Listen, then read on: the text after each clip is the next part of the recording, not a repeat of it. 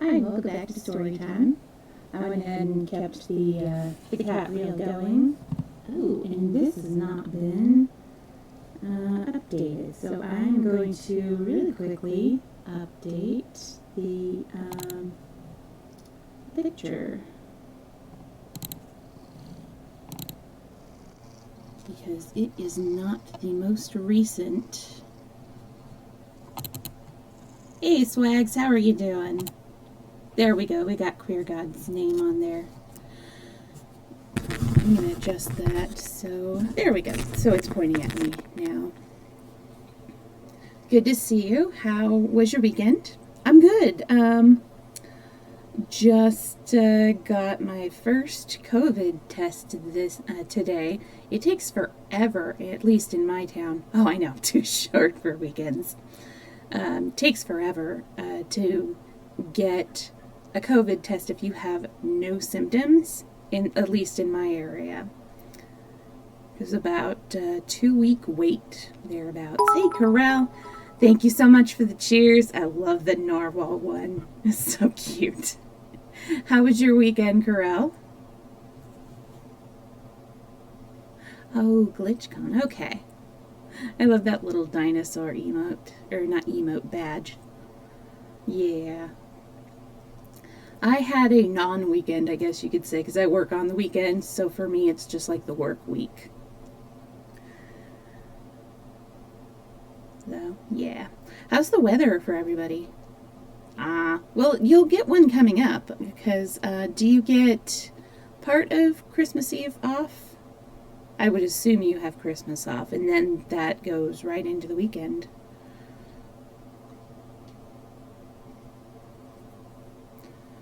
By the way, Maestro is joining us for story time today. He decided to sit in my lap because it's nice and comfy. Ooh, 20 centimeters of snow. We still have only gotten 3 rains and total so far this season. We are supposed to get some rain starting on Christmas, actually, and then it's supposed to go like 3 or 4 days. Not going to be cold enough to snow, though. Oh, getting chilly there. Nice. Getting frost. Hey, there's a little bit of frost on Sister's window this morning. We had to go out and about at 7. Way too early for me.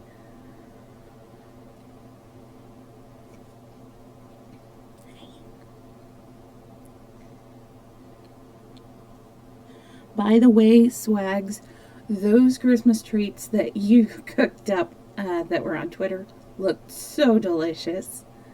I am jealous. I will My heart will, in spirit, eat them, since it's far too long away from me. All right. Your blood pressure rises just looking at them. I can imagine. Yeah. Did you cook them on stream, or was that a secret personal cooking show just for you and your cat and dog? You have one of each, cat and a dog?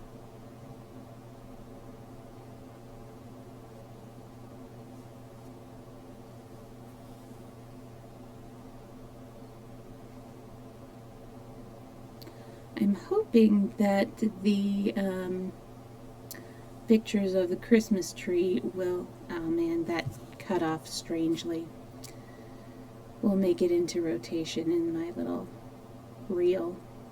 There's Maestro sitting on top of me. Oh, 2 cats and a dog. Off stream for once. Well, we can't have all the fun, I suppose. Well, I think I'm going to go ahead and get started. This next, it's going to be a short story time stream, but I'm going to take a tiny break so I can eat a little bit between story time, and then I'm going to do a game stream. And I haven't decided if I'm going to see if there's any holiday mischief to get into in Terraria, or if I'll play some of my current obsession, Genshin Impact. No holiday, but it is so fun to explore. So if you have an opinion, Terraria versus Genshin Impact, just let me know in chat. And we'll get started. Alright, actually, I'm thinking maybe I will... No, I'll keep the reel going. Alright, so the story today is from the Pickwick Papers. It's called A Good Humoured Christmas. Oh, hi, John. Okay, no worries, I totally understand. Good to see you, John. How is your day going?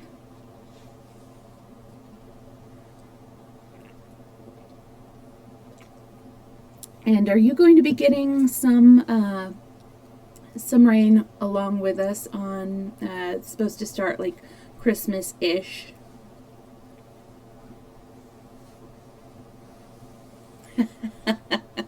Were you two out carousing last night?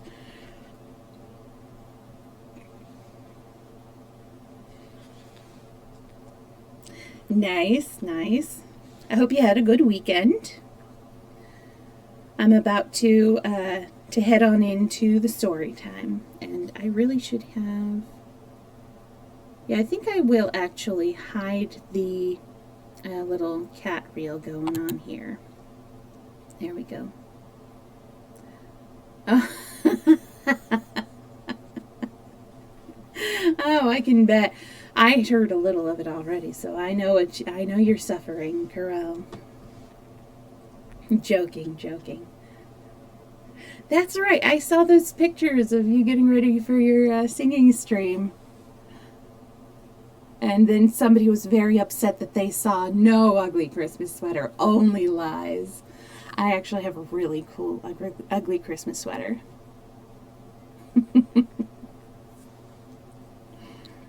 All right. So, A Good Humoured Christmas from the Pickwick Papers. Let's see, A Good Humoured Christmas chapter containing an account of a wedding and some other sport besides, which, although in their way even as good customs as marriage itself, are not quite so religiously kept up in their degenerate times, these degenerate times. Oh, wonderful. I want to see a picture. Let's see. As brisk as bees, if not altogether as light as fairies, did the 4 Pickwickians assemble on the morning of the 22nd day of December. Oh, that's tomorrow. In the year of grace in which these, their faithfully recorded adventures, were undertaken and accomplished. Christmas was close at hand in all his bluff and hearty honesty. It was the season of hospitality, merriment, and open-heartedness. The whole year was preparing, like an ancient philosopher, to call his friends round him, and amidst the sound of feasting and revelry to pass gently and calmly away. Gay and merry was the time, and gay and merry were at least 4 of the numerous hearts that were gladdened by its coming. And numerous indeed are the hearts to which Christmas brings a brief season of happiness and enjoyment. How many families whose members have been dispersed and scattered far and wide in the restless struggles of life are then reunited and are met once and again in that happy state of companionship and mutual goodwill which is a source of such pure and unalloyed delight, and one so incompatible with the cares and sorrows of the world that the religious belief of the most civilized nations and the rude traditions of the roughest savages alike number it among the first joys of a future condition of existence provided for the blessed and happy. How many old recollections and how many dormant sympathies does Christmas time awaken? We write these words now, many miles distant from the spot at which, year after year, we met on that day, a merry and joyous circle. Many of the hearts that throbbed so gaily then have ceased to beat. Many of the looks that shone so brightly then have ceased to glow. The hands we grasped have grown cold, the eyes we sought have hid their luster in the grave, and yet the old house, the room, the merry voices and smiling faces, the jest, the laugh, the most minute and trivial circumstances connected with those happy meetings, crowd upon our mind at each recurrence of the season, as if the last assemblage had been but yesterday. Happy, happy Christmas, that can win us back to the delusions of our childish days, that can recall to the old man the pleasures of his youth, that can transport the sailor and the traveler thousands of miles away back to his own fireside and his quiet home. But we are not so taken up and occupied with the good qualities of this Saint Christmas that we are keeping Mr. Pickwick and his friends waiting in the cold on the outside of the Muggleton coach, which they have just obtained, well wrapped up in greatcoats, shawls, and comforters. The portmanteaus and carpet-bags have been stowed away, and Mr. Weller and the guard are endeavoring to insinuate into the fore-boot a huge codfish, several sizes too large for it, which is snugly packed up in a long brown basket with a layer of straw over the top, and which has been left to the last in order that he may repose in safety at the half-dozen barrels of real native oysters, all the property of Mr. Pickwick, which have been arranged in regular order at the bottom of the receptacle. The interest displayed in Mr.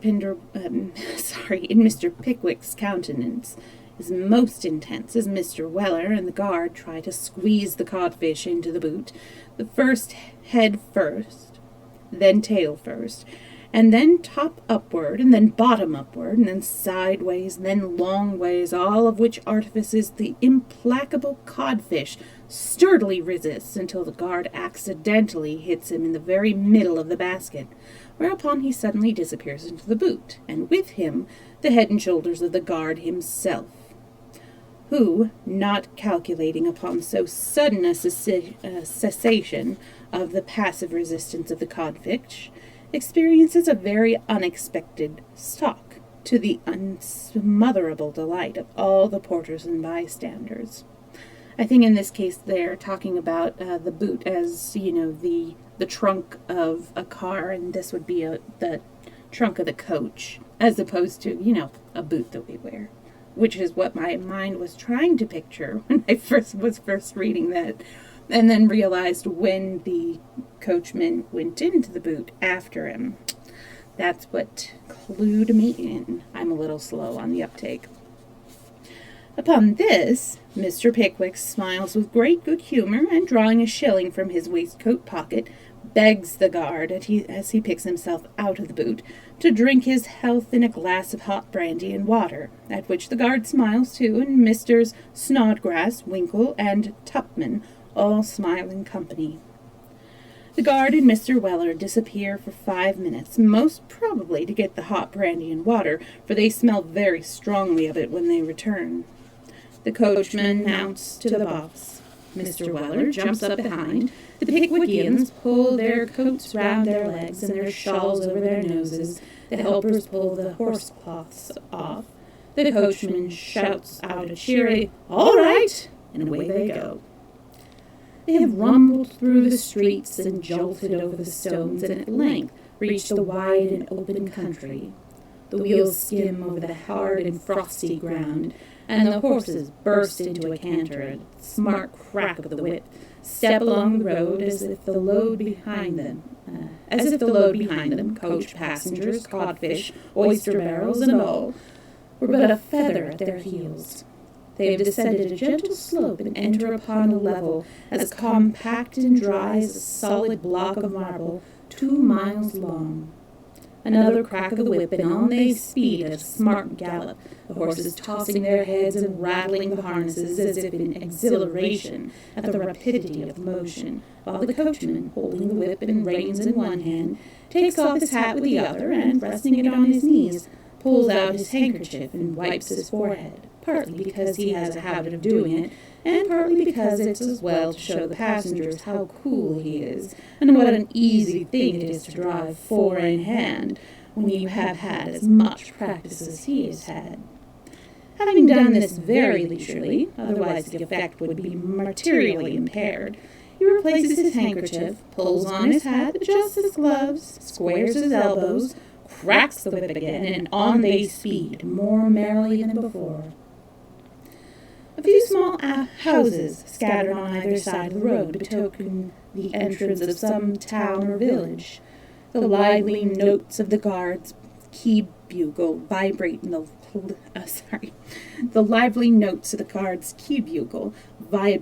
clear, cold air and wake up the old gentleman inside, who, carefully letting down the window sash halfway and standing sentry over the air, takes a short peep out, and then, carefully pulling it up again, informs the others inside that they're going to change directly, on which the other inside wakes himself up and determines to postpone his next nap until after the stoppage. Again the bugle sounds lustily forth, and rouses the cottager's wife and children, who peep out at the front door and watch the coach till it turns the corner, when they once more crouch round the blazing fire and throw on another log of wood against Father comes home, while Father himself, a full mile off, has just exchanged a friendly nod with the coachman, and turned round to take a good long stare at the vehicle as it whirls away. And now the bugle plays a lively air as the coach rattles through the ill-paved streets of a country town, and the coachman, undoing the buckle which keeps his ribands together, prepares to throw them off the moment he stops. Mr. Pickwick emerges from his coat collar and looks about him with great curiosity, perceiving which, the coachman informs Mr. Pickwick of the name of the town and tells him it was market yesterday, both of which pieces of information Mr. Pickwick retails to his fellow passengers, whereupon they emerge from their coat collars too, and look about them also. Mr. Winkle, who sits at the extreme edge with one leg dangling in the air, is nearly precipitated into the street as the coach twists round the sharp corner of the cheesemonger's shop and turns into the marketplace, and before Mr. Snodgrass, who sits next to him, is recovered from his alarm, they pull up at the inn yard, where the fresh horses, with cloth on, are already waiting. The coachman throws down the reins and gets down himself, and the other outside passengers drop down also, except those who have no great confidence in their ability to get up again, and they remain where they are and stamp their feet against the coach to warm them, looking with longing eyes and red noses at the bright fire in the inn bar and the sprigs of holly with red berries which ornament the windows.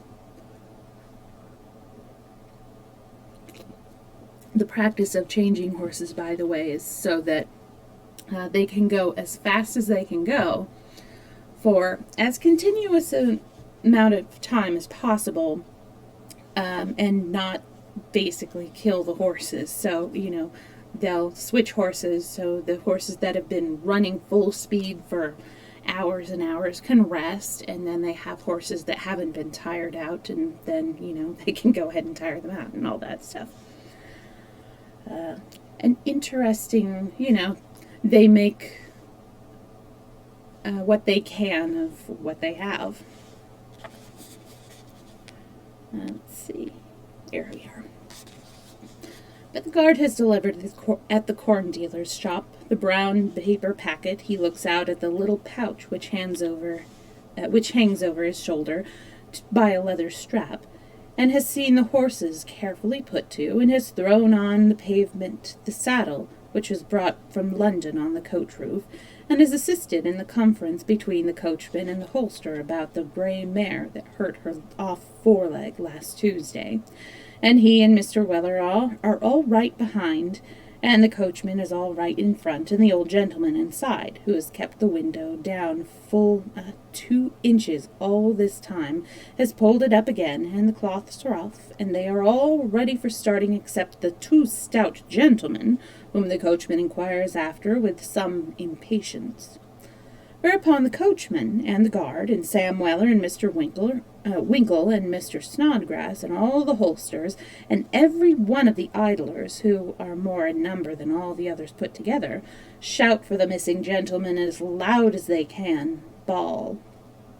A distant response is heard from the yard, and Mr. Pickwick and Mr. Tupman come running down it quite out of breath, for they have been having a glass of ale apiece, and Mr. Pickwick's fingers are so cold that he has been full 5 minutes before he could find the 6pence to pay for it. The coachman shouts an admonitory, "Now then, gentlemen!" The guard re-echoes it, and the old gentleman inside thinks it is a very extraordinary thing that people will get down when they know there isn't time for it. Mr. Pickwick struggles up on one side, Mr. Tupman on the other. Mr. Winkle cries, "All right," and off they start. Shawls are pulled up, coat collars are readjusted, the pavement ceases, the houses disappear, and they are once again dashing along the open road with the fresh, clear air blowing in their faces and gladdening their very hearts within them. Such was the progress of Mr. Pickwick and his friends by the Muggleton Telegraph on their way to Dingley Dell, and at 3 o'clock that afternoon they all stood high and dry, safe and sound, hale and hearty upon the steps of the Blue Lion, having taken on the road quite enough of ale and brandy to enable them to bid defiance to the frost that was binding up the earth in its hot fetters and weaving its beautiful network upon the trees and hedges. Mr. Pickwick was busily engaged in counting the barrels of oysters and superintending the disinterment of the codfish when he felt himself gently pulled by the skirts of the coat. Looking round, he discovered that the individual who resorted to this mode of catching his attention was none other than Mr. Wardle's favorite page, better known to the readers of this unvarnished history by the distinguishing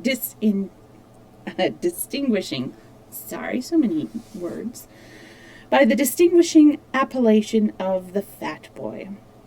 "Aha!" said Mr. Pickwick. "Aha!" said the Fat Boy.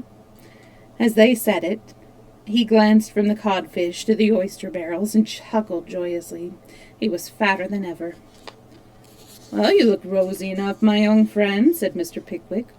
"I've been asleep right in front of the tap-room fire," replied the Fat Boy, who had heated himself to the color of a new chimney-pot in the course of an hour's nap. "Master sent me over with the shay cart to carry your luggage up to the house. He'd have sent some saddle horses, but he thought you'd rather walk, being a cold day." Yes, said Mr. Pickwick hastily, for he remembered how they had travelled over nearly the same ground on a previous occasion. "Yes, we would rather walk." "Here, Sam!" "Sir?" said Mr. Weller. "Help Mr. Wardle's servant to put the packages into the cart, and then ride on with him. We will walk forward at once." Having given this direction and settled with the coachman, Mr. Pickwick and his 3 friends struck into the footpath across the fields and walked briskly away, leaving Mr. Weller and the fat boy confronted together for the first time. Sam looked at the fat boy with great astonishment, but without saying a word, and began to stow the luggage rapidly away in the cart, while the fat boy stood quietly by and seemed to think it a very interesting sort of thing to see Mr. Weller working by himself. "There," said Sam, throwing in the last carpet-bag. "There they are." "Yes," said the fat boy in a very satisfied tone. There they are." "Well, young 20-stun," said Sam. "You're a nice specimen of the prize boy, you are." "Thank'ee," said the fat boy. "You ain't got nothing on your mind as makes you fret yourself, have you?" inquired Sam. "Not as I knows, then," replied the fat boy. "I should rather have thought, to look at you, that you was labouring under an unrequited attachment to some young human," said Sam. The fat boy shook his head. "Well," said Sam, "I'm glad to hear it. Do you ever drink anything?" "I like seatin' better," said the boy. "Ah," said Sam, "I should have supposed that. But what I means is, should you like a drop of anything as'd warm you? But I suppose you never was cold with all them elastic fixtures, was you?" "Sometimes," replied the boy. "I likes a drop of something when it's good." "Oh, you do you?" said Sam. "Come this way, then." The Blue Lion tap was soon gained, and the fat boy allowed a glass of liquor with so much as winking, a feat which considerably advanced him in Mr. Weller's good opinion. Mr. Weller having transacted a similar piece of business on his own account, they got into the cart. "Can you drive?" said the fat boy. "I should rather think so," replied Sam. "There, then," said the fat boy, putting the reins in his hand and pointing up the lane. "It's as straight as you can go, and you can't miss it." With these words, the fat boy laid himself affectionately down on the side of the codfish, and placing an oyster barrel under his head for a pillow, fell asleep instantaneously. "Well," said Sam, "of all the cool boys ever I set my eyes on, this here young gentleman is the coolest. Come, wake up, young Dropsy." But as young Dropsy evinced no symptoms of returning animation, Sam Weller sat himself down in front of the cart, and starting the old horse with a jerk of the reins, jogged steadily on towards Manor Farm. Meanwhile, Mr. Pickwick and his friends, having walked their blood into active circulation, proceeded cheerfully on. The paths were hard, the grass was crisp and frosty, the air had a fine, dry, bracing coldness, and the rapid approach of the gray twilight, slate-colored is a better term in frosty weather, made them look forward with pleasant anticipation to the comforts which awaited them at their hospitable entertainers. It was the sort of afternoon that might induce a couple of elderly gentlemen in a lonely field to take off their greatcoats and play at leapfrog in pure lightness of heart and gaiety, and we firmly believe that had Mr. Tupman at that moment proffered a back, Mr. Pickwick would have accepted his offer with the utmost avidity. However, Mr. Tupman did not volunteer any such accommodation, and the friends walked on, conversing merrily, and as they turned into a lane they had to cross, the sound of many voices burst upon their ears, and before they had even had time to form a guess to whom they belonged, they walked into the very center of the party who were expecting their arrival, a fact which was first notified to the Pickwickians by the loud "Hurrah!" which burst from old Wardle's lips when they appeared in sight. First there was Wardle himself, looking, if possible, more jolly than ever. Then there were Bella and her faithful Trundle, And lastly, there were Emily and some 8 or 10 young ladies who had all come down to the wedding, which was to take place next day, and who were in as happy and important a state as young ladies usually are on such momentous occasions. And they were, one and all, startling the fields and lanes far and wide with their frolic and laughter. The ceremony of introduction under such circumstances was very soon performed, or we should rather say that the introduction was soon over without any ceremony at all. In 2 minutes, therefore, Mr. Pickwick was joking with the young ladies who wouldn't come over in style while he looked, or who, having pretty feet and an exceptional, is that? It seems too long for that.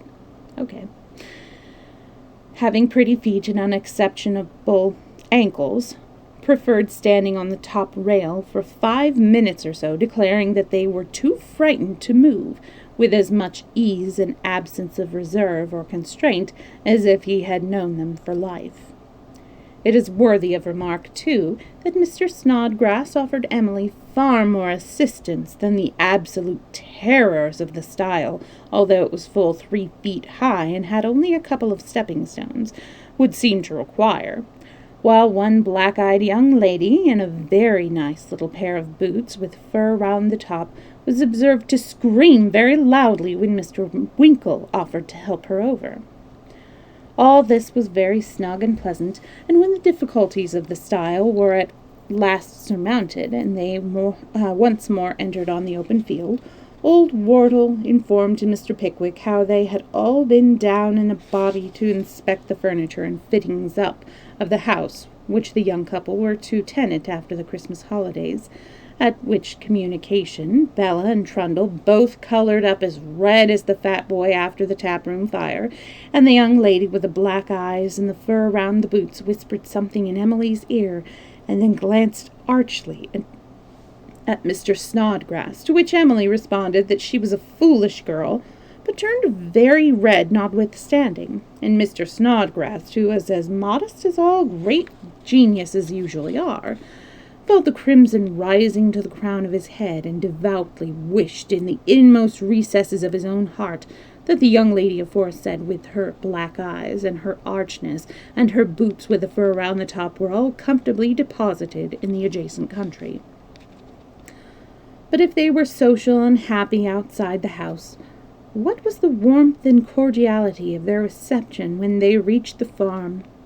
The very servants grinned with pleasure at sight of Mr. Pickwick, and Emma bestowed a half demure, half impudent, and all pretty look of recognition on Mr. Tupman, which was enough to make the statue of Bonaparte in the passage unfold his arms and clasp her within them. The old lady was seated in customary state in the front parlor, but she was rather cross and, by consequence, most particularly deaf. She never went out herself, and like a great many other old ladies of the same stamp, she was apt to consider it all an act of domestic treason if anybody else took the liberty of doing what she couldn't. So, bless her old soul, she sat as upright as she could in her great chair and looked as fierce as might be, and that was benevolent after all. "Mother," said Wardle, "Mr. Pickwick, you recollect him?" "Never mind," replied the old lady with great dignity. "Don't trouble Mr. Pickwick about an old creature like me. Nobody cares about me now, and it's very natural they shouldn't." Sorry about that. Here the old lady tossed her head and smoothed down her lavender-colored silk dress with trembling hands. "Come, ma'am," said Mr. Pickwick. "I can't let you cut an old friend in this way. I have come down expressly to have a long talk and another rubber with you, and we'll show these young boys and girls how to dance a minuet before they are 48 hours old." The old lady was rapidly giving way, but she did not like to do it all at once, so she only said, I can't hear him." "Nonsense, mother," said Wardle. Come, come, don't be cross, there's a good soul. Recollect, Bella, come, you must keep her spirits up, poor girl. The good old lady heard this, for her lip quivered as her son said it. But age has its little infirmities of temper, and she was not quite brought round yet. So she smoothed down the lavender-colored dress again, and turning to Mr. Pickwick, said, "Oh, Mr. Pickwick, young people was very different when I was a girl." "No doubt of that, ma'am," said Mr. Pickwick, "and that's the reason why I should make much of the few that have any traces of the old stock." And saying this, Mr. Pickwick gently pulled Bella towards him, and, bestowing a kiss upon her forehead, bade her sit down on the little stool at her grandmother's feet. Whether the expression of her countenance, as it was raised towards the old lady's face, called up a thought of old times, or whether the old lady was touched by Mr. Pickwick's affectionate good nature, or whatever was the cause, she was fairly melted. So she threw herself on her granddaughter's neck, and all the little ill-humor evaporated in a gush of silent tears. A happy party they were that night. Sedate and solemn were the score of rubbers in which Mr. Pickwick and the old lady played together. Uproarious was the mirth of the round table. Long after the ladies had retired did the hot elder wine, well quantified with brandy and spice, go round and round and round again, and sound was the sleep, and pleasant were the dreams that followed. It is a remarkable fact that those of Mr. Snodgrass bore constant reference to Emily Wardle, and that the principal figure in Mr. Winkle's vision was a young lady with black eyes, an arch smile, and a pair of remarkably nice boots with fur round the tops. Mr. Pickwick was awakened early in the morning by a hum of voices and a pattering of feet sufficient to rouse even the fat boy from his heavy slumbers. He sat up in bed and listened. Female servants and female visitors were running constantly to and fro, and there were such multitudinous demands for hot water, such repeated outcries for needles and thread, and so many half-suppressed entreaties of, "Oh, do come and tie me, there's a dear," that Mr. Pickwick, in his innocence, began to imagine that something dreadful must have occurred, when he grew more awake and remembered the wedding. The occasion being an important one, he dressed himself with peculiar care and descended to the breakfast-room. There were all the female servants in a brand-new uniform of pink muslin gowns with white bows in their caps, running about the house in a state of excitement and agitation which it would be impossible to describe. The old lady was dressed out in a brocaded gown which had not seen the light for 20 years, saving and expecting such truant rays as had stolen through the chinks in the box in which it had been laid by during the whole time. Mr. Trundle was in high feather and spirits, but a little nervous withal. The hearty old landlord was trying to look very cheerful and unconcerned, but failing signally in the attempt. All the girls were in tears and white muslin except a select 2 or 3 who were being honored with a private view of the bride and bridesmaids upstairs. All the Pickwickians were in most blooming array, and there was a terrific roaring on the grass in front of the house, occasioned by all the men, boys, and hobbledehoys attached to the farm, which of whom had got a white bow in his buttonhole, and all of whom were cheering with might and main, being incited thereunto, and these words, and all of whom were cheering with might and main, being incited thereunto, and stimulated therein by the precept and example of Mr. Samuel Weller, who had managed to become mighty popular already, and was as much at home as if he had been born on the land. A wedding is a licensed subject to joke upon, but there really is no joke in the matter after all. We speak merrily of we speak merely of this ceremony, and beg it to be distinctly understood that we indulge in no hidden sarcasm upon a married life. Mixed up with the pleasure and joy of the occasion are the many great regrets at quitting home, the tears of parting between parent and child, the consequence of leaving the dearest and kindest friends of the happiest portion of human life, to encounter its cares and troubles with others still untried and little known. Natural feelings which we would not render this chapter mournful by describing, and which we should be still more unwilling to be supposed to ridicule. Let us briefly say, then, that the ceremony was performed by the old clergyman in the parish church of Dingley Dell, and that Mr. Pickwick's name is attached to the register, still preserved in the vestry thereof, that the young lady with the black eyes signed her name in a very unsteady and tremulous manner, that Emily's signature was as the other bridesmaid is nearly illegible, that it all went off in very admirable style, that the young ladies generally thought it far less shocking than they had expected, and that although the owner of the black eyes and the arch smile informed Mr. Winkle that she was sure she could never submit to anything so dreadful, we have the very best reasons for thinking she was mistaken. To all this we may add that Mr. Pickwick was the first who saluted the bride, and that in so doing he threw over her neck a rich gold watch and chain, which no mortal eyes but the jeweller's had ever beheld before.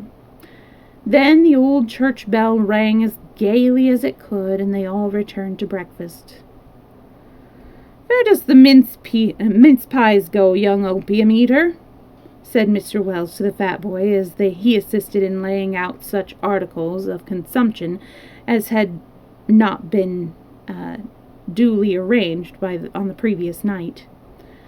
The fat boy pointed to the destination of the pies. "Very good," said Sam. "Stick a bit of Christmas in 'em. T'other dish opposite. There.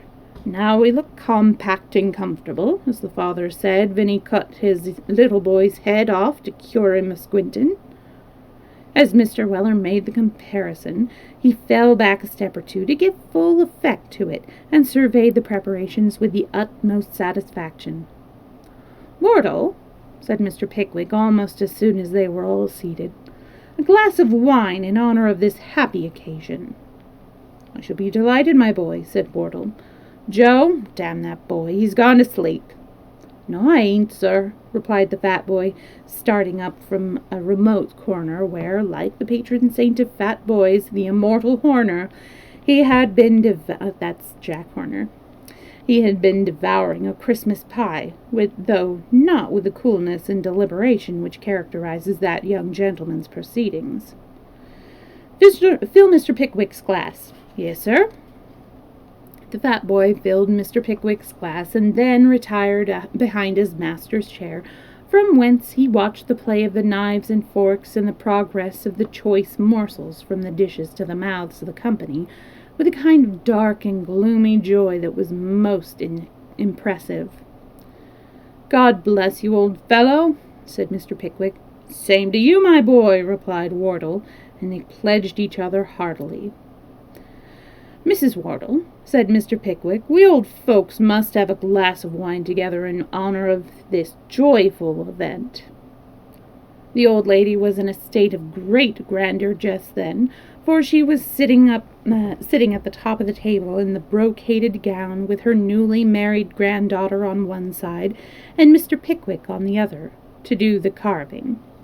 Mr. Pickwick had not spoken in a very loud tone, but she understood him at once, and drank off a whole glass of wine to his long life and happiness, after which the worthy old soul launched forth into a minute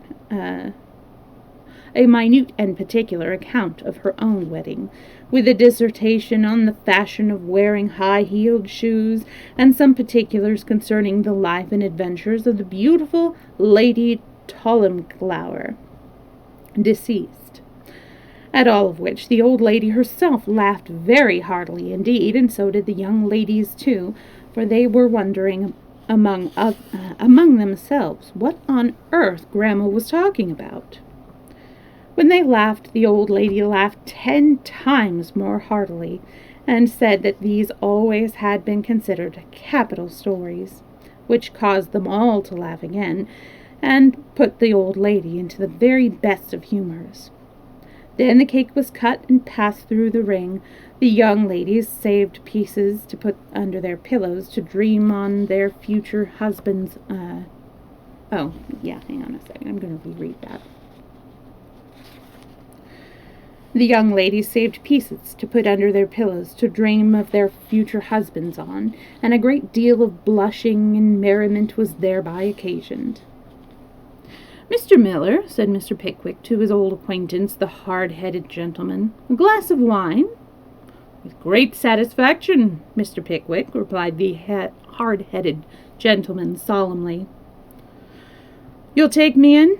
said the benevolent old clergyman. "And me," interposed his wife.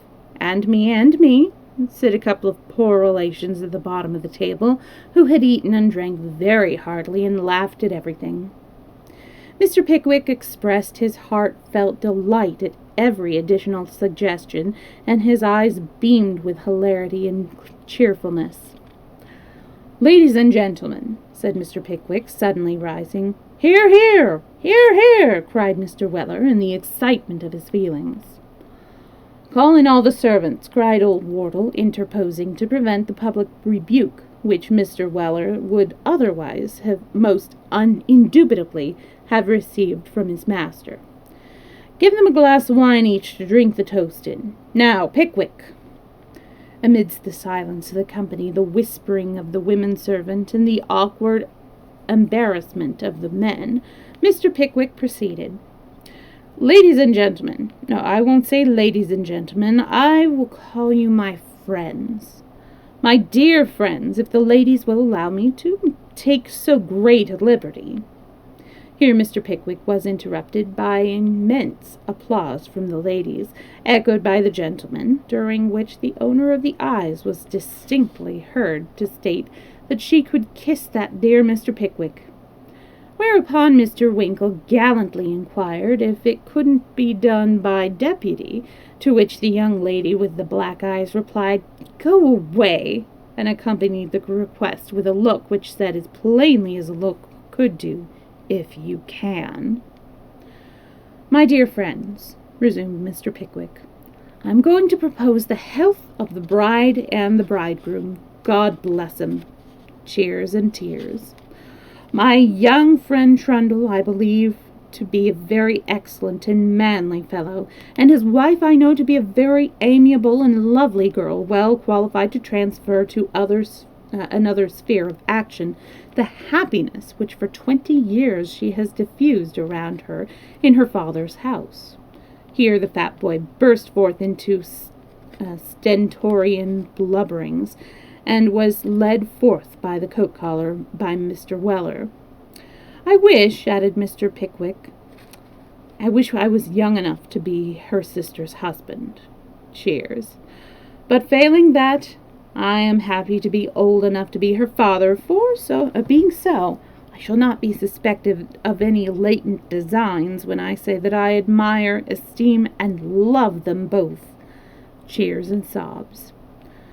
"The bride's father, our good friend there, is a noble person, and I am proud to know him." Great uproar. "He is a kind, excellent, independent-spirited, fine-hearted, hospitable, liberal man." Enthusiastic shouts from the poor relations at all the adjectives, and especially to the last two.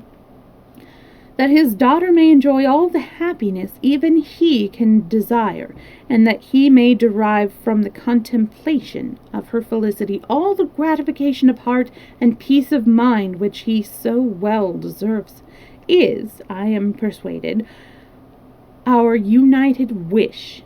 So let us drink their healths, and wish them prolonged life and every blessing."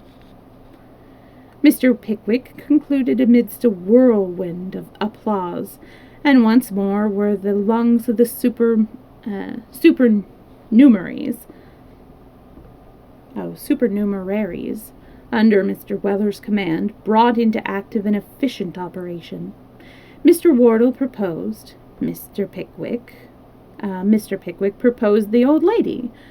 Mr. Snodgrass proposed Mr. Wardle proposed Mr. Snodgrass, one of the poor relations proposed Mr. Tupman, and the other poor relation proposed Mr. Winkle. All was happiness and festivity under the mysterious disappearance of both the poor relations beneath the table hang on a second. All was happiness and festivity until the mysterious disappearance of both the poor relations beneath the table warned the party that it was time to adjourn.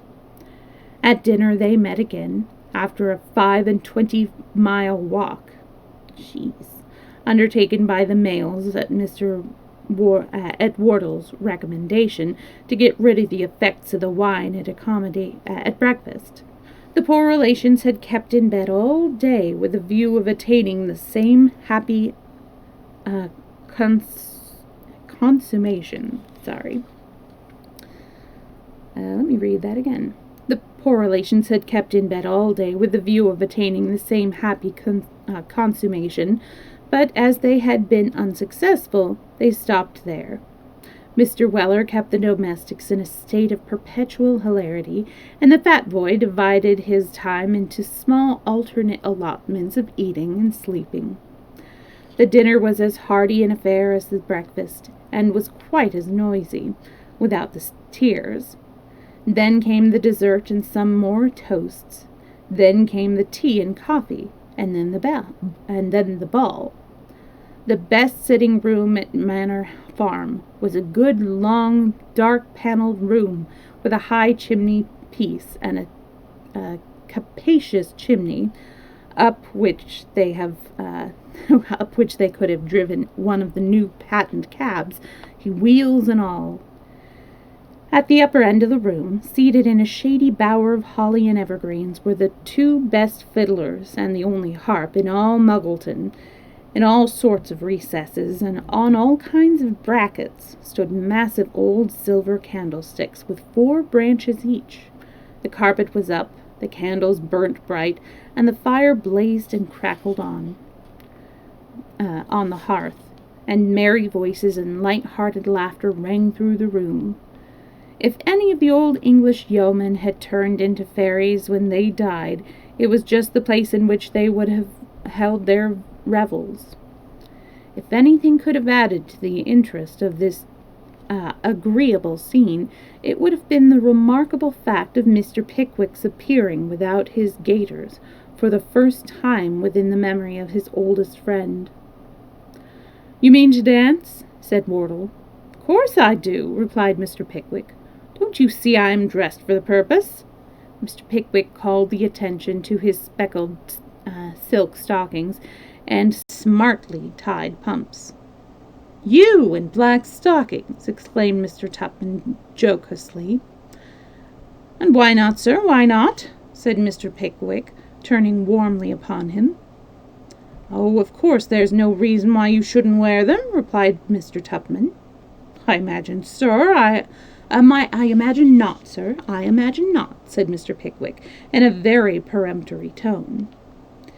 Mr. Tupman had contemplated a laugh, but he found it was a serious matter, so he looked grave, and said that they were a pretty pattern. "I hope they are," said Mr. Pickwick, fixing his eyes upon his friend. "You see nothing extraordinary in the stockings as stockings, I trust, sir?" "Certainly not, oh, certainly not," replied Mr. Tupman. He walked away, and Mr. Pickwick's countenance resumed its customary benign expression. "We are all ready, I believe," said Mr. Pickwick, who was stationed with the old lady at the top of the dance, and had already made 2 false starts in his excessive anxiety to commence. "Then begin at once," said Wardle. "Now." Up struck the 2 fiddles and the 1 harp, and off went Mr. Pickwick into hands across, when there was a general clapping of hands and a cry of "Stop! Stop!" "What's the matter?" said Mr. Pickwick, who was only brought to by the fiddles and harp desisting, and could have been stopped by no other earthly power in the house if the house had been on fire. "Where's Arabella Allen?" cried a dozen voices. "And Winkle," added Mr. Tupman. "Here we are," exclaimed the gentleman, emerging with his pretty companion from the corner. As he did so, it would have been hard to tell which was the redder in the face, he or the young lady with the black eyes. "What an extraordinary thing it is, Winkle," said Mr. Pickwick rather pettishly, "that you couldn't have taken your place before." Not at all extraordinary," said Mr. Winkle. "Well," said Mr. Pickwick again, with very expressive smile as his eyes rested on Arabella, "well, I don't know that it was extraordinary either, after all." However, there was no time to think more about the matter, for the fiddles and harps began in real earnest.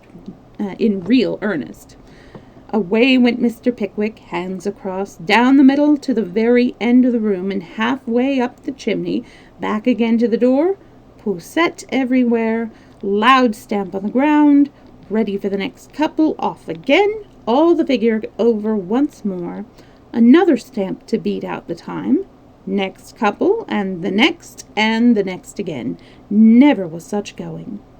At last, after they had reached the bottom of the dance, and full 14 couple, after the old lady had retired in an exhausted state, and the clergyman's wife had been substituted in her stead, did that gentleman, when there was no demand whatever on his exertions, kept perpetually dancing in his place to keep time to the music, smiling on his partner all the while with a blandness of demeanor which baffles all description.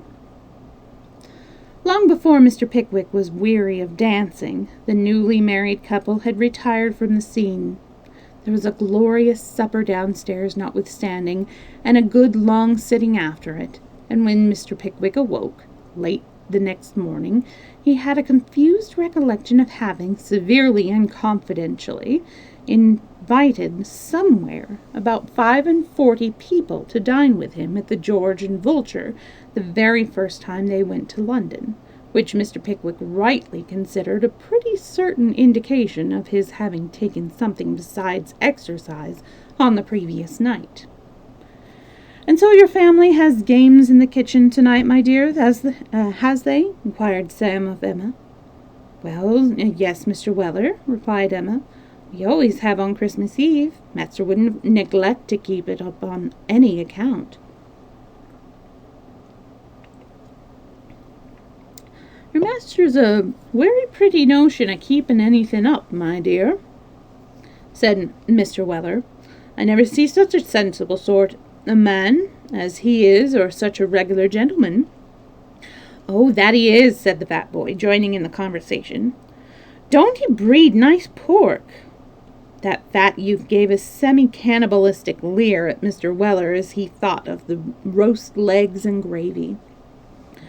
"Oh, you've woken up at last, have you?" said Sam. The fat boy nodded. "I'll tell you what it is, young bull constrictor," said Mr. Weller impressively. "If you don't sleep a little less and exercise a little more when you come to be a man, you'll lay yourself open to the same sort of personal inconvenience as was inflicted on the old gentleman as wore the pigtail." "What did they do to him?" inquired the fat boy in a faltering voice. "I'm going to tell you," replied Mr. Weller, "for he was one of the largest patterns as was ever turned out. Regular fat man as had made a glimpse of his own shoes for 45 years. "Lor!" exclaimed Emma. "No, that he hadn't, my dear," said Mr. Weller. "And if you'd put an exact model of his own legs on the dining table afore him, he wouldn't ha' known 'em. Well, he always walks on his office with a very handsome gold watch chain hanging out about 1.25 foot, and a gold watch in his fob pocket, as was worth, I'm afraid to say how much, but as much as a watch can be. A large, heavy, round manufacturer, stout for a watch as he was for a man, and with a big face in proportion. You better not carry that 'ere watch, says the old gentleman friend. You'll be robbed for it, says they. Shall I, says he. Yes, you will, says they. Well, says he, I should like to see the thief as could get this 'ere watch out for I'm blessed if I can ever can, for it's such a tight fit, says he. And whenever I want to know what's o'clock, I'm obliged to stare into the baker's shop, he says. Well, then he laughs as hearty as if he was a-going to pieces, and out he walks again with his powdered head and pigtails, and rolls down the Strand with the chain hanging out further than ever, and the great round watch almost busting through his grey kersey smalls. There warn't a pickpocket in all London as didn't take a pull at that chain, but the chain 'ud never break, and the watch never come out. So they soon got tired of dragging such an heavy old gentleman along the pavement, and he'd go home and laugh till the pigtail vibrated like the pendulum of the Dutch clock. Alas, one day the old gentleman was a-rolling along, and he sees a pickpocket as he knowed by sight a-coming up arm in arm with a little boy with a very large head. Here's a game, said the old gentleman to himself. They're going to have another try, but it won't do. Stockings. That is not what I want to look at. Will you please settle down so I can continue reading? I don't have time to pet you. Well, I can pet you, but stationary you. Sorry about that. Here's a game, says the old gentleman to himself. There's going to have another try, but it won't do. So he begins a-chuckling very hearty when, all of a sudden, the little boy leaves hold of the pickpocket's arm and rushes head foremost straight into the old gentleman's stomach, and for a moment doubles him right up with a pain. Murder, says the old gentleman. All right, sir, says the pickpocket, a-whispering in his ear, and then he comes straight again, and the watch and chain was gone. And what's worse was that the old gentleman's digestion was all wrong ever afterwards, to the very last day of his life. So just you look about you, young feller, and take care you don't get too fat. Ow! Sorry, Snocking scratched me. As Mr. Weller concluded his moral tale, with which the fat boy appeared much affected, they all three repaired to the large kitchen, in which the family were by this time assembled, according to annual custom on Christmas Eve, observed by old Wardle's forefather from time immemorial. From the center of the ceiling of this kitchen, old Wardle had just suspended with his own hands a huge branch of mistletoe, and this same branch of mistletoe instantaneously gave rise to a scene of general and most delightful struggling and confusion, in the midst of which Mr. Pickwick, with a gallantry that would have done honor to a descendant of Lady Tullimglower herself, took the old lady by the hand, led her beneath the mystic branch, and saluted her in all courtesy and decorum.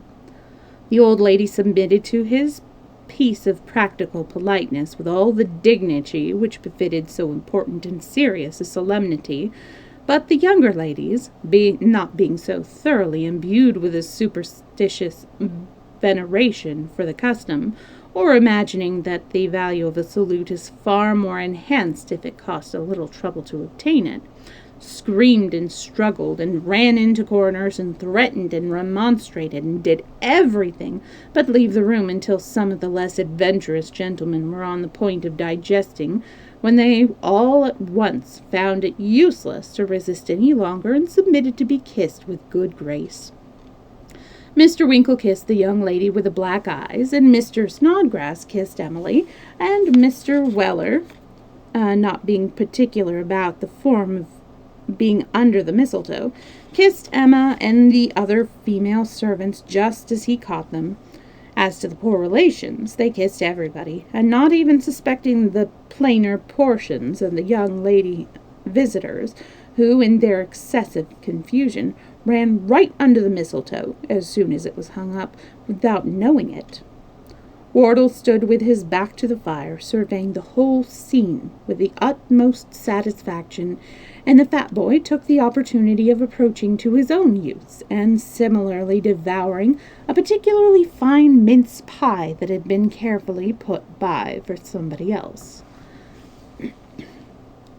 Now the screaming had subsided, and faces were in a glow, and curls in a tangle, and Mr. Pickwick, after kissing the old lady, as before mentioned, was standing under the mistletoe, looking with a very pleased countenance on all that was passing round him, when the young lady with the black eyes, after a little whispering with the other young ladies, made a sudden dart forward, and, putting her arm around Mr. Pickwick's neck, saluted him affectionately on the left cheek, and before Mr.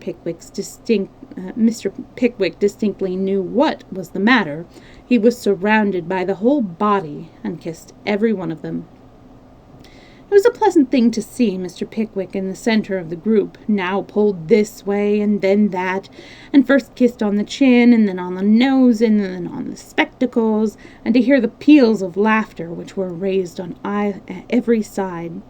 But it was a still more pleasant thing to see Mr. Pickwick blinded shortly afterwards with a silk handkerchief, falling up against the wall and scrambling into corners and going through all the mysteries of the blind man's bluff with the utmost relish for the game, until at last he caught one of the poor relations and then had to evade the blind man himself, which he did with a nimbleness and agility that elicited the admiration and applause of all beholders. If I remember correctly, blind man's bluff is when one person is blindfolded, and then they chase around and try to catch the other guests, and then I guess give them a kiss on the cheek or something like that. I'm not really sure, but that's kind of what I get from what I've read and seen. When they were tired of blind man's bluff, there was a great game of snapdragon, and when fingers enough were burned with that, and all the raisins were gone, I'll have to look that one up, they sat down by the huge fire of blazing logs to a substantial supper, and a mighty bowl of wassail, something smaller than ordinary wash-house copper, in which the hot apples were hissing and bubbling with a rich look and a jolly sound that were perfectly irresistible. "This," said Mr. Pickwick, looking round him, "this is indeed comfort." "Our invariable custom," said Mr. Wardle. "Everybody sits down with us on Christmas Eve, as you see them now, servants and all, and here we wait until the clock strikes 12. To usher Christmas in, and beguiling the time with forfeits and old stories, Trundle, my boy, rake up the fire." Up flew the bright sparks in myriads as the logs were stirred. The deep red blaze sent forth a rich glow that penetrated into the furthest corner of the room and cast its cheerful tint on every face. "Come," said Wardle, "a song, Christmas song. I'll give you one in default for a better." "Bravo," said Mr. Pickwick. "Fill up," cried Wardle. "It will be 2 hours good before you see the bottom of the bowl through the deep, rich color of the wassail. Fill up all round and go for the song." Thus saying, the merry old gentleman, in a good, round, sturdy voice, commenced without more ado. Let's see, I don't think I know this Christmas carol, so I'm just going to read it. I should have listened to it beforehand. "I care not for spring, on this fickle wing let the blossoms and buds be born. He woos them amain with his treacherous rein, and he scatters them ere the morn. An inconsistent elf, he knows not himself, nor his own changing mind and hour. He'll smile in your face, and with wry grimace, all wither your youngest flower. Let the summer's sun to his bright run home, and he shall never be sought by me. When he is dimmed by a cloud, I am laughing aloud, and care not how sulky he be. For his darling child is the madness wild that sports in fierce fever's train, and when love is too strong, it doesn't last long, as many have found to their pain. A mild harvest night by the tranquil light of the modest and gentle moon has far sweeter sheen for me, I ween, than the broad and unblushing noon. But every leaf awakens my grief, as it lieth beneath the tree, so let autumn air be never so fair, it by no means agrees with me. But my song I troll out for Christmas stout, the hearty, the true, and the bold. A bumper I drain, and all might and main, giving 3 cheers for this Christmas old. We'll usher him in with a merry din that shall gladden his joyous heart, and will keep him up while there is bite or sup, and all fellowship good will part. It in this fine honest pride he scorns to hide one jot of his hand-weathered scars. There's no disgrace, for there's much the same trace on the cheeks of our bravest tars. Then again I sing till the roof doth ring, and it echoes from wall to wall, to the stout old bright fair welcome tonight, as the king of the seasons all. This song was tumultuously applauded, for friends and dependents make a capital audience, and the poor relations especially were in perfect ecstasies of rapture. Again with the fire replenished, and again went the wassail round. "It snows," said one of the men in a low voice. "Snow, does it?" said Wardle. "Rough, cool night, sir," said the man. "There's a wind got up that drifts it across the field in a thick white cloud." "What does Jem say?" inquired the old lady. "There ain't anything the matter, is there?" No, mother," said Wardle. "Oh, what does Jem say?" inquired the old lady. "There ain't anything the matter, is there?" No, mother," replied Wardle. "He says there's a snowdrift and a wind that's piercing cold. I should know that by the way it rumbles in the chimney." "Ah," said the old lady, "there was just such a wind and just such a fall of snow a good many years back, I recollect. Just 5 years before our poor father died. It was a Christmas Eve, too, when I remember that on that very night he told us the story about the goblins that carried away old Gabriel Grubb." "The story about what?" said Mr. Pickwick. "Oh, nothing," replied Wardle. "About an old sexton that the good people down here suppose to have been carried away by goblins." "Suppose!" ejaculated the old lady. "Is there anybody hardy enough to disbelieve it? Suppose! Haven't you heard, ever since you were a child, that he was carried away by the goblins? And don't you know he was?" "Very well, mother, he was, if you like," said Wardle, laughing. "He was carried away by goblins, Pickwick, and there's an end of the matter." No, said Mr. Pickwick, "not an end of it, I assure you, for I must hear now, and why and all about it." Wardle smiled as every head was bent forward to hear, and filling up the wassail with no stint in hand, nodded a health to Mr. Pickwick and began to follow. But bless our editorial heart, what a long chapter we have been betrayed into. We had quite forgotten all such petty restrictions as chapters, we solemnly declare. So here goes to give the goblin a fair start in the new one. A clear stage and no favor for the goblins, ladies and gentlemen, if you please. The story of the goblins who stole a sexton.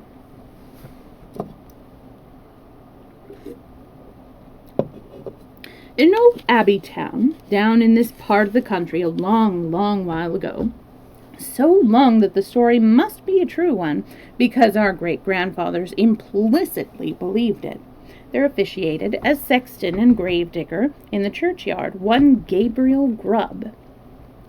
It by no means follows that because a man is a sexton and constantly surrounded by the embers of mortality, therefore he should be a morose and melancholy man. Your undertakers are the merriest fellows in the world, and I once had the honor of being on intimate terms with a mute, who in private life and off duty was as comical and jocose a little fellow as ever chirped out a devil-may-care song, without a hitch in his memory, or drained off the contents of a good stiff glass without stopping for breath. But notwithstanding these precedents to the contrary, Gabriel Grubb was an ill-conditioned, cross-grained, surly fellow, a morose and lonely man who consorted with nobody but himself and an old wicker bottle which fitted into his deep waistcoat pocket, and who eyed each merry face as it passed by him with such a deep scowl of malice and ill-humor as it was difficult to meet without feeling something the worse for. A little before twilight, one Christmas Eve, Gabriel shouldered his spade, lighting his lanterns, and betook himself towards the old churchyard, where he had got a grave to finish by next morning, and feeling very low, he thought it might raise his spirits, perhaps, if he went on with his work at once. As he went his way up the ancient street, he saw the cheerful light of the blazing fires gleam through the old casements, and heard the loud laugh and the cheerful shouts of those who were assembled around them. He marked the bustling preparations for next day's cheer, and smelt the numerous savory odors consequent thereupon, as he steamed up from the kitchen windows in clouds. All this was gall and wormwood to the heart of Gabriel Grubb, and when groups of children bounded out of the houses, tripping across the road, and were met, before they could knock at the opposite door, by half a dozen curly-headed little rascals who crowded round them as they flocked upstairs to spend the evening in their Christmas games, Gabriel smiled grimly and clutched the handle of his spade with a firmer grasp as he thought of measles, scarlet fever, thrush, whooping cough, and a good many other sources of consolation besides.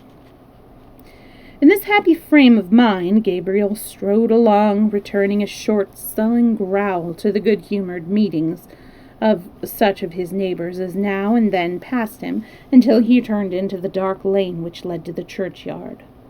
Now Gabriel had been looking forward to reaching the dark lane because it was, generally speaking, a nice, gloomy, mournful place into which the townspeople did not much care to go except in broad daylight, and when the sun was shining.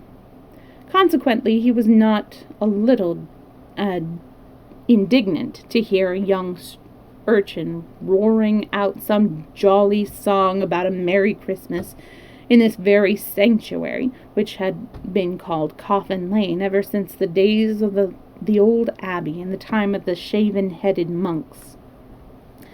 As Gabriel walked on and the voice drew nearer, he found it proceeding from a small boy who was hurrying along to join one of the little parties in the old street, and who, partly to keep himself company and partly to prepare himself for the occasion, was shouting out the song at the highest pitch of his lungs.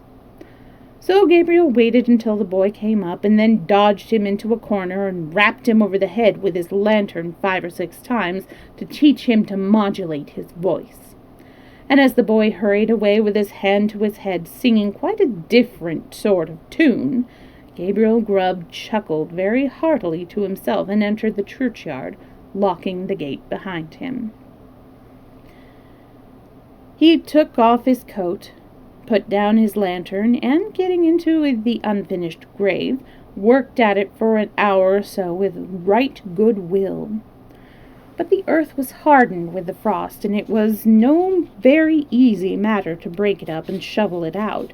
And although there was a moon, it was a very young one, and shed little light upon the grave, which was in the shadow of the church.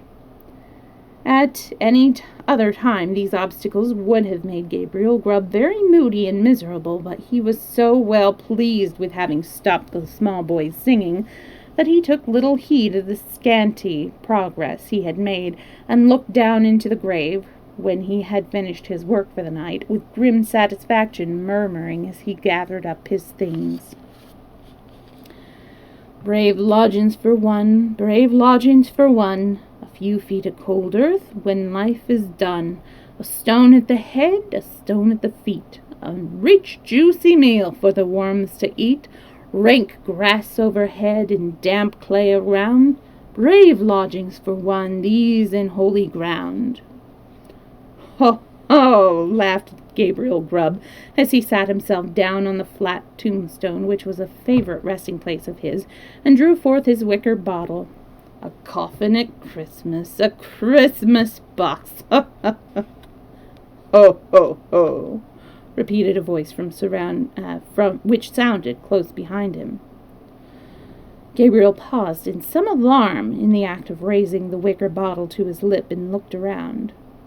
The bottom of the oldest grave about him was not more still and quiet than the churchyard in the pale moonlight. The cold hoarfrost glistened on the tombstones and sparkled like rows of gems among the stone carvings of the old church. The snow lay hard and crisp upon the ground, and spread over the thickly strewn mounds of earth, so white and smooth a cover that it seemed as if corpses lay there, hidden only by their winding sheets. Not the faintest rustle broke the profound tranquillity of this solemn scene. Sound itself appeared to be frozen up. All was so cold and still. It was the echoes, said Gabriel Grubb, raising the bottle to his lips again. It was not, said a deep voice. Gabriel started up and stood rooted to the spot with astonishment and terror, for his eyes rested on a form that made his blood run cold. Seated on an upright tombstone close to him was a strange, unearthly figure, whom Gabriel felt at once was not being of this world. His long, fantastic legs, which might have reached the ground, were cocked up and crossed after a quaint, fantastic fashion. His sinewy arms were bare, and his hands rested on his knees. On his short, round body he wore a close covering, ornamented with small slashes. A short cloak dangled on his back. The corner was cut into curious peaks, which served the goblin in lieu of ruff or neckerchief, and his shoes curled up at his toes into long points. On his head he wore a broad-brimmed sugar-loaf hat, garnished with a single feather. The hat was covered with white frost, and the goblin looked as if he had sat on the same tombstone very comfortably for 200 or 300 years. He was sitting perfectly still. His tongue was put out, as if in derision, and he was grinning at Gabriel Grubb with such a grin as only a goblin could call up. That was not the echoes, said the goblin. Gabriel Grubb was paralyzed and could make no reply. What do you do here on Christmas Eve? Said the goblin sternly. I came to dig a grave, sir, stammered Gabriel Grubb. What man wanders around graves and churchyards on such a night as this? Cried the goblin. Gabriel Grubb! Gabriel Grubb! Screamed a wild chorus of voices that seemed to fill the churchyard. Gabriel looked fearfully round. Nothing was to be seen. What have you got in that bottle? Added the goblin. Holland, sir, replied the sexton, trembling more than ever, for he had brought it of the bought it of the smugglers, and he thought that perhaps this questioner might be in the excise department of the goblins. "Who drinks Hollands alone in a churchyard in such a night as this?" said the goblin. "Gabriel Grubb! Gabriel Grubb!" exclaimed the wild voices again. The goblin leered maliciously at the terrified sexton, and then, raising his voice, exclaimed, "And who then is our fair and lawful prize?" To this inquiry the invisible chorus replied in a strain that sounded like the voices of many choristers singing to the mighty swell of the old church organ, a strain that seemed borne to the sexton's ears upon the wild wind and to die away as it passed onward. But the burden of the reply was still the same: "Gabriel Grubb! Gabriel Grubb!" The goblin grinned a broader grin than before, and he said, "Well, Gabriel, what do you say to this?" The sexton gasped for breath. "What do you think of this, Gabriel?" said the goblin, kicking up his feet in the air on either side of the tombstone, and looking at the turned-up points with as much complacency as he had been contemplating the most fashionable pair of Wellingtons in all Bond Street. It's very curious," replied the sexton, half dead with fright. "Very curious and very pretty, but I think I'll go back and finish my work. Thanks, sir. Thank you, and please." "Work," said the goblin. "What work?" "Grave, sir, making the grave," stammered the sexton. "Oh, the grave, eh?" said the goblin. "Who makes graves at a time when all other men are merry and take a pleasure in it?" Again the mysterious voices replied, "Gabriel Grubb! Gabriel Grubb!" "I'm afraid my friends want you, Gabriel," said the goblin, thrusting his tongue further into his cheek than ever, and a most astonishing tongue it was. "I'm afraid my friends want you, Gabriel," said the goblin. "Under favour, sir," replied the horror-stricken sexton. "I don't think they can, sir. They don't know me, sir. I don't think the gentlemen have ever seen me, sir." "Oh, yes, they have," replied the goblin. "We know the man with the sulky face and the grim scowl that came down the street tonight, throwing his evil looks at the children and grasping his burying spade tighter. We know the man who struck the boy in the envious malice of his heart because the boy could be merry and he could not. We know him. We know him." Here the goblin gave a loud, shrill laugh, and the echoes returned 20-fold, and throwing his legs up in the air, stood upon his head, or rather, upon the very point of his sugar-loaf hat, on the narrow edge of the tombstone, whence he threw a somerset with extraordinary agility right to the sexton's feet, at which he planted himself in the attitude in which traitors generally sit upon the shop-board. I am afraid I must leave you, sir," said the sexton, making an effort to move. "Leave us," said the goblin. "Gabriel Grubb is going to leave us. Ha, ha, ha, ha, ha." As the goblin laughed, the sexton observed for one instant a brilliant illumination within the windows of the church, as if the whole building were lighted up.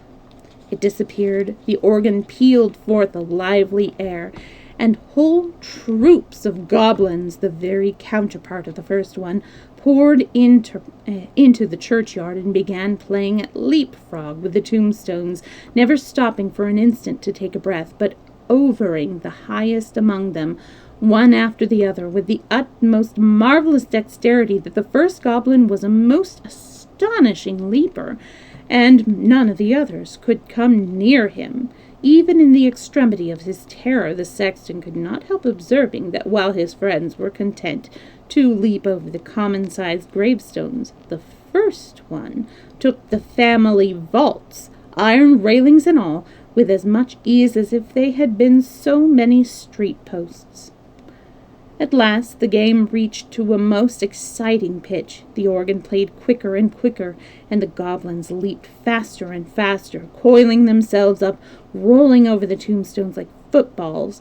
The sexton's brain whirled around with the rapidity of the motion he beheld, and his legs reeled beneath him as the spirits flew before his eyes, when the Goblin King, suddenly darting towards him, laid his hand upon his collar and sank with him through the earth. When Gabriel Grubb had had time to fetch his breath, which the rapidity of his descent had for the moment taken away, he found himself in what appeared to be a large cavern, surrounded on all sides by crowds of goblins, ugly and grim. In the center of the room, on an elevated seat, was stationed his friend of the churchyard, and close beside him stood Gabriel Grubb himself, without power of motion. "Cold tonight," said the king of the goblins. "Very cold. Glass of something warm here." At this command, half a dozen officious goblins, with a perpetual smile upon their faces, whom Gabriel Grubb imagined to be courtiers on that account, hastily disappeared, and presently returned with a goblet of liquid fire, which they presented to the king. "Ah!" cried the goblin, whose cheeks and throat were transparent as he tossed down the flame. "This warms one indeed. Bring a bumper of the same for Mr. Grubb." It was in vain for the unfortunate sexton to protest that he was not in the habit of taking anything warm at night. One of the goblins held him while another poured the blazing liquid down his throat. The whole assembly screeched with laughter as he coughed and choked and wiped away the tears, which gushed plentifully from his eyes after swallowing the burning draught. "And now," said the king, fantastically poking the taper corner of his sugar-loaf hat into the sexton's eyes, and thereby occasioning him the most exquisite pain, "and now, show the man of misery and doom a few of the pictures from our own great storeroom." As the goblin said this, a thick cloud which obscured the remoter end of the cavern rolled gradually away and disclosed, apparently at a great distance, a small and scantily furnished but neat and clean apartment. A crowd of little children were gathered round a bright fire, clinging to their mother's gown and gambolling around her chair. The mother occasionally rose and drew aside the window curtain, as if to look for some expected object. A frugal meal was spread upon the table, and an elbow chair was placed near the fire. A knock was heard at the door. The mother opened it, and the children crowded round her and clapped their hands for joy as their father entered. He was wet and weary, and shook the snow from his garments, as the children crowded around him, and seized his cloak, hat, stick, and gloves, which, with busy zeal, ran with them from the room. Then, as he sat down to his meal before the fire, the children climbed about his knees, and the mother sat by his side, and all seemed happiness and comfort. But a change came upon the view almost imperceptibly. The scene was altered to a small bedroom, where the fairest and youngest child lay dying. The roses had fled from his cheek, the light from his eye, and even as the sexton looked upon him, with an interest he had never felt of or known before, he died. His youngest brothers and sisters crowded round his little bed and seized his tiny hand, so cold and heavy, but they shrunk back from its touch and looked with awe on his infant face, for calm and tranquil as it was, and sleeping in rest and peace as the beautiful child seemed to be, they saw that he was dead, and they knew that he was an angel looking down upon and blessing them from a bright and happy heaven. Again the light cloud passed across the picture, and again the subject changed.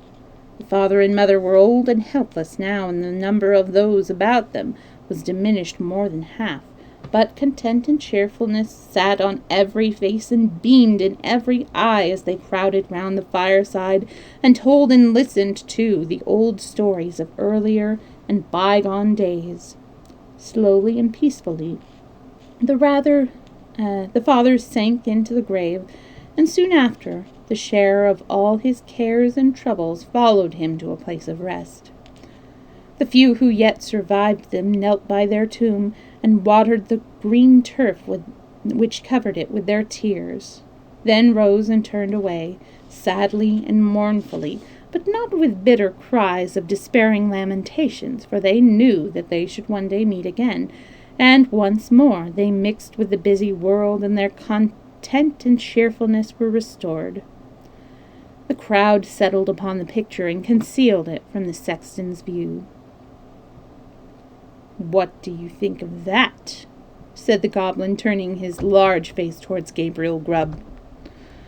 Gabriel murmured out something about its being very pretty, and looked somewhat ashamed as the goblin bent his fiery eyes upon him.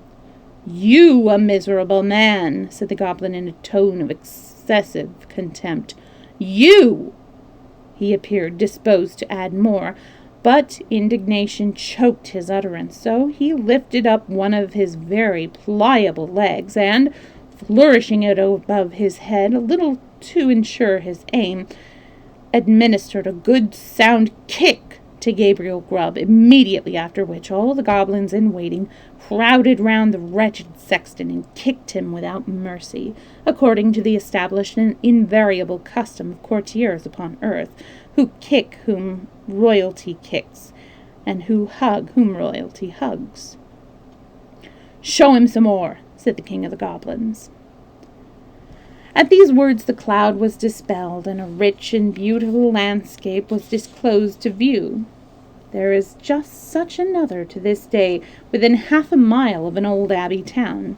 The sun shone from out the clear blue sky, the water sparkled beneath his rays, and the trees looked greener and the flowers more gay beneath his cheering influence. The water rippled on with a pleasant sound, the trees rustled in the light wind that murmured among the leaves. The birds sang upon the boughs, and the lark caroled on high her welcome to the morning. Yes, it was morning, the bright, balmy morning of summer. The minutest leaf, the smallest blade of grass was instinct with life. The ant crept forth on her daily toil. The butterfly fluttered and basked in the warm rays of the sun. Myriad of insects spread their transparent wings and reveled in their brief but happy existence. Man walked forth, elated with the scene, and all was brightness and splendor. "You, a miserable man," said the king of the goblins, in a more contemptuous tone than before, and again the king of the goblins gave his leg a flourish. Again it descended on the shoulders of the sexton, and again the attendant goblins imitated the example of their chief. Many a time the cloud went and came, and many a lesson it taught to Gabriel Grubb, who, although his shoulders smarted with pain from the frequent applications of the goblin's feet, looked on with an interest that nothing could diminish. He saw that men who worked hard and earned their scanty bread with lives of labor were cheerful and happy, and that to the most ignorant the sweet face of nature was a never-failing source of cheerfulness and joy. He saw those who had been delicately nurtured and tenderly brought up, cheerful under privation and superior to suffering that would have crushed many of a rougher grain, because they bore within their own bosoms the material of happiness, contentment, and peace. He saw that women, the tenderest and most fragile of all God's creatures, were the oftenest superior to sorrow, adversity, and distress, and he saw that it was because they bore in their own hearts an inexhaustible wellspring of affection and devotion. Above all, he saw that men like himself, who snarled at the mirth and cheerfulness of the others, were the foulest weeds on the fair surface of the earth. and setting all the good of the world against the evil, he came to the conclusion that it was a very decent and respectable sort of world after all. No sooner had he formed it than the clouds which closed over the last picture seemed to settle on his senses and lull him to repose. One by one the goblins faded from his sight, and as the last one disappeared, he sunk to sleep.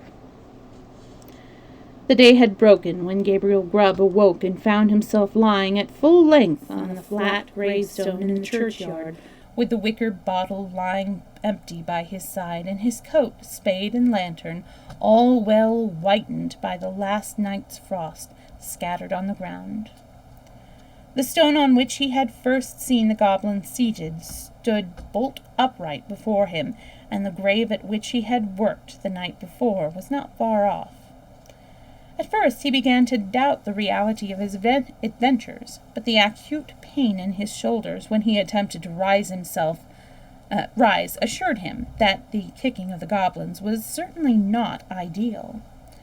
He was staggered again by the observation no traces of footsteps in the snow, on which the goblins had played at leapfrog with the gravestones, but he speedily accounted for this circumstance when he remembered that, being spirits, they would leave no visible impressions behind them. So Gabriel Grubb got on his feet as well he could for the pain in his back, and brushed the frost off his coat, put it on, and turned his face towards the town. But he was an altered man, and he could not bear the thought of returning to a place where his repentance would be scoffed at, and his reformation disbelieved. He hesitated for a few moments, and then turned away to wander where he might, and seek his bread elsewhere. The lantern, the spade, and the wicker bottle were found that day in the churchyard. There was a great many speculations about the sexton's fate at first, but it was speedily determined that he had been carried away by the goblins, and there were not wanting some very credible witnesses who had distinctly seen him whisk through the air on the back of a chestnut horse, blind of one eye, with the hindquarters of a lion and the tail of a bear. At length all this was devoutly believed, and the new sexton used to exhibit to the curious, for a trifling emolument, a good-sized piece of the church weathercock, which had been accidentally kicked off by the aforesaid horse with his aerial flight, and picked up by himself in the churchyard a year or two afterwards. Unfortunately, these stories were somewhat disturbed by the unlooked-for reappearance of Gabriel Grubb himself, some 10 years afterwards, a ragged, contented, rheumatic old man. He told his story to the clergyman, and also to the mayor, and in course of time it began to be received as a matter of history, in which form it had continued down to this very day. The believers in the weathercock tale, having misplaced their confidence once, were not easily prevailed upon to part with it again, so they looked as wise as they could, shrugged their shoulders, touched their foreheads, and murmured something about Gabriel Grubb having drunk all the Hollands, and then fallen asleep on the flat tombstone. And they affected to explain that he was supposed to have witnessed in the goblin's cavern by saying that he had seen the world and grown wiser. But this opinion, which was by no means a popular one at any time, gradually died off, and to the matter how it may, as Gabriel Grubb was afflicted with rheumatism to the end of his days, this story has at least one moral, if it teach no better one, and that is that if a man turns sulky and drink by himself at Christmas time, he may make up his mind to be not a bit the better for it, as many degrees beyond proof as those which Gabriel saw in the goblin's cavern.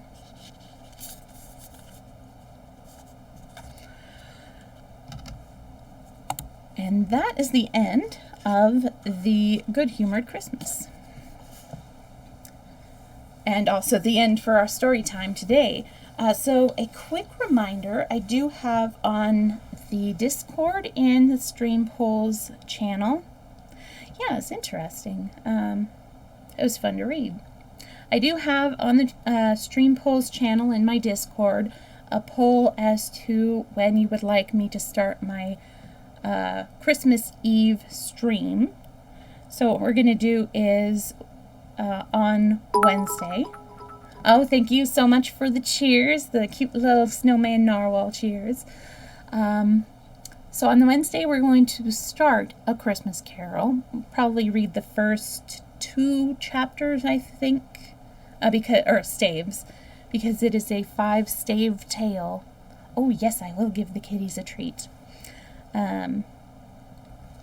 Is Maestro around here? No, he's in the other room, but I will get them both. Yeah, anyways, we're going to read the first 2 staves on Wednesday.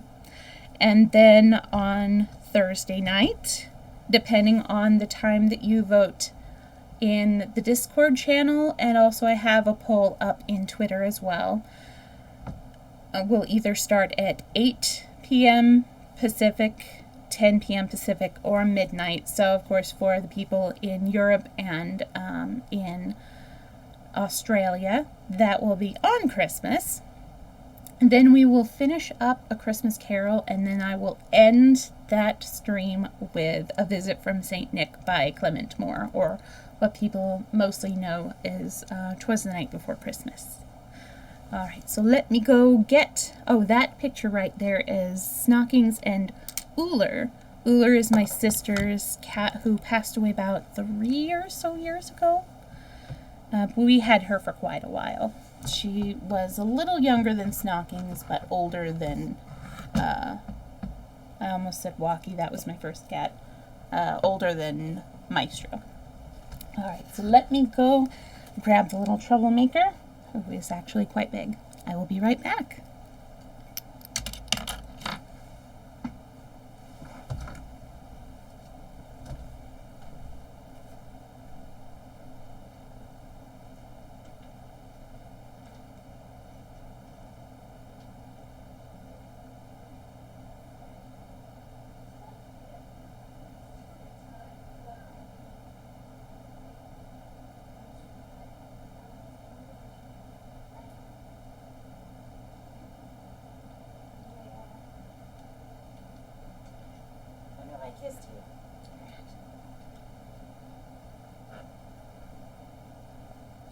Alright, well, you've got a slightly groggy Maestro because he woke up like a minute before I came in to get him.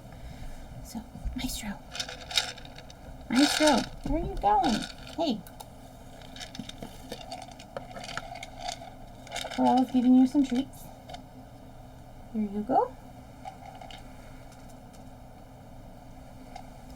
Maestro thanks you very much, Corell.